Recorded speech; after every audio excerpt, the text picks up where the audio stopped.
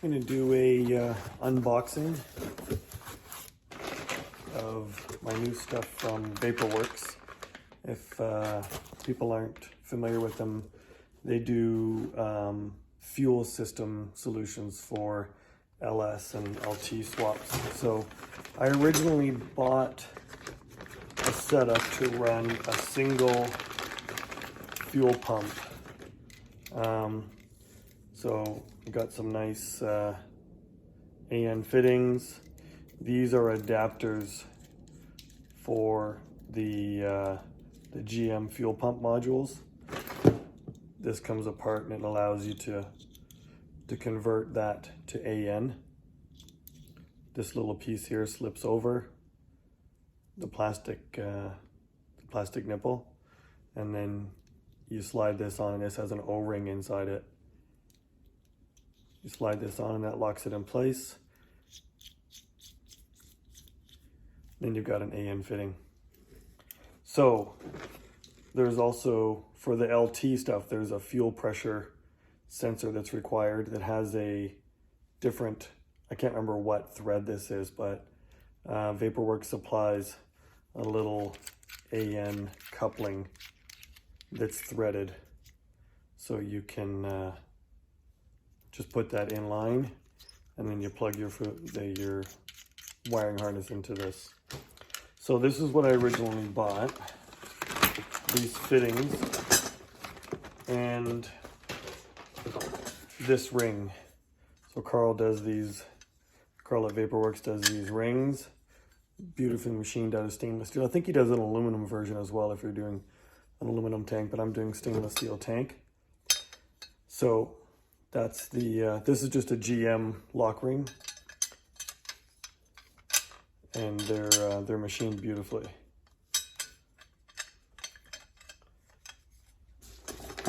Okay, so that's the first one. I bought another one because I originally purchased a Gen 6 Camaro ZL1 fuel pump module. After speaking with Carl at VaporWorx, who's amazing, by the way, if you're doing an LT swap or an LS swap, I would suggest calling Carl. I'm doing an LT4 and I'm planning on changing the cam. I'm going to port the heads and I'm going to port the supercharger. I'm running headers with no cats. So my fuel requirement is going up. So that's one of the reasons I'm doing the cam. Two reasons. I want to get rid of the displacement on demand lifters, but also the aftermarket cams have a bigger fuel load, so you get more fuel out of the high pressure fuel pump. So this standard pump isn't up to keeping up with that. This is the module that VaporWorx sells. The instructions are here. It looks fairly easy to set up. So this basically piggybacks off of the PWM controller that GM uses. You attach them together. This kind of reads the signal, and then it decides what it needs out of the secondary pump. This is the, oh, that's just an invoice. I guess this is the wiring diagram here. So there's really not a whole lot to it. It's a pretty simple system. You have the regular GM doing the primary pump, and then this gets a signal off it and runs the secondary pump. So this will allow me to run E85 on the LT4. So when I'm doing track days, I'll run E85 just to keep the temperatures down.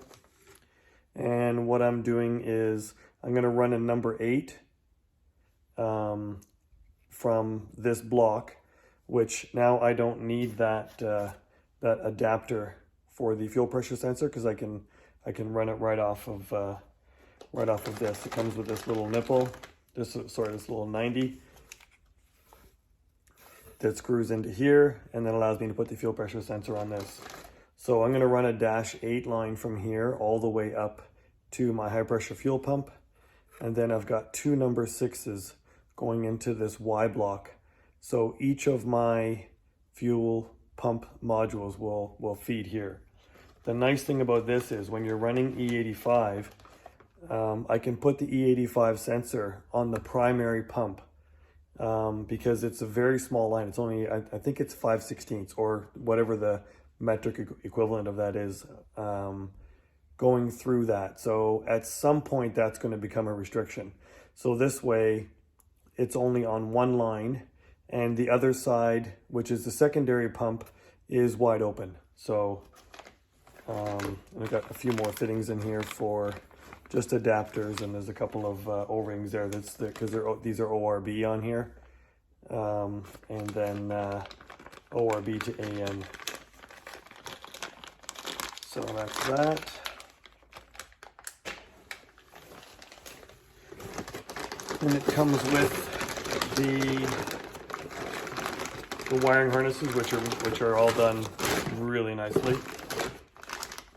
There's the power supply for it. It's got a nice fuse. It's good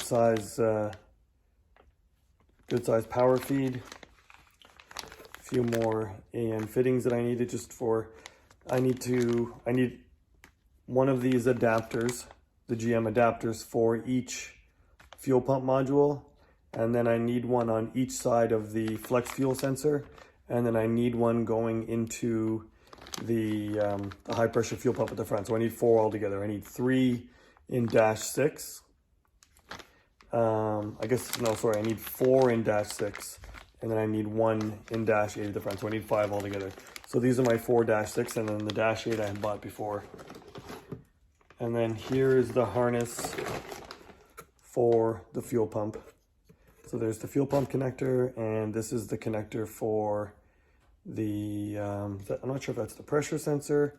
No, this is the connector for the secondary PWM controller, I believe.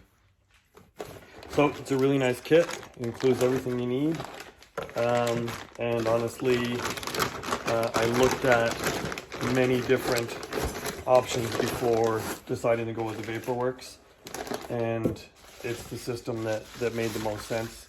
It uses OEM fuel pump modules, which are reliable for 100,000 miles. And the other thing I liked about it is if something goes wrong and I need to get a new fuel pump, I'm not ordering something that's custom. I'm just getting a module from GM, and then there's always aftermarket ones. So if you just need something, you can get it. So this is the Gen 6 module. That's that -8 adapter. I'll run the -6 on the other ones. So this will be used up on my high pressure fuel pump. So the Gen 6 kind of has this offset bucket and it's got the sender and everything on it. The one that Carl suggests to use is the Gen 5. So I'm going to order 2 Gen 5s and run those. So this one I'll just sell, or I'll give it to a friend that needs it. The nice thing about them is you can buy them from Rock Auto for literally $180 for each one. So they're very reasonable. And I also need a new fuel tank. So what I've done is I've made a mock-up. I took all the measurements that I needed, and I made a foam core mock-up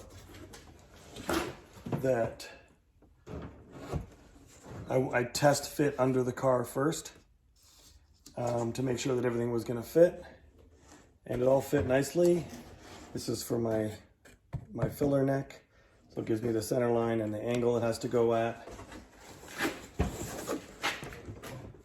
This is where the 2 pumps, the rings will go here.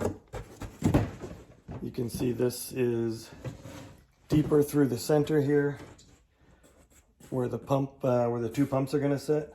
The filler is a bit higher. I left some room here just for access. There's a little step in it, and then this steps down on each side at an angle, and that's for exhaust clearance. My exhaust, the exhaust tucks up here, but I just wanted the fuel tank to stay away from that.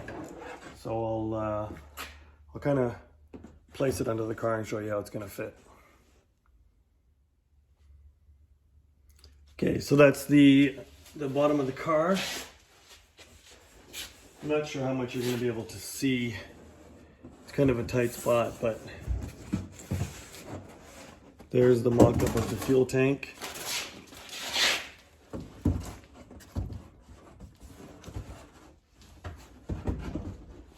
It'll fit up just like that. So my exhaust comes out here. Let's see if I can bring that in so you can get a better view of that.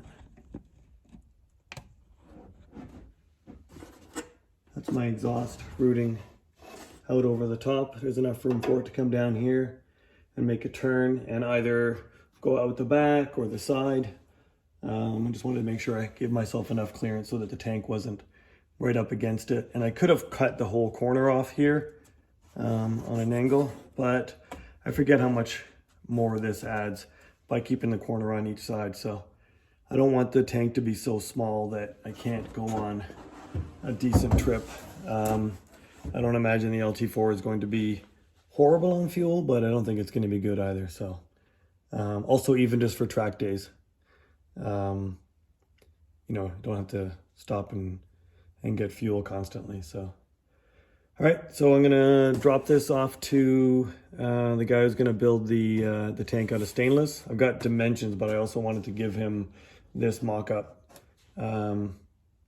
Just I know this fits for sure, so he can always reference this and know that this is gonna fit. So hopefully within a couple weeks I'll have a tank here, and then we can put that up and plumb the rest of the system, at least mock it all up. It's gonna have to come apart again. Obviously everything needs painted, but I want to put all my clips, and if I got to weld studs in anywhere, I want to do all that ahead of time for everything so that when it's painted, that's all done. All right, talk to you next time.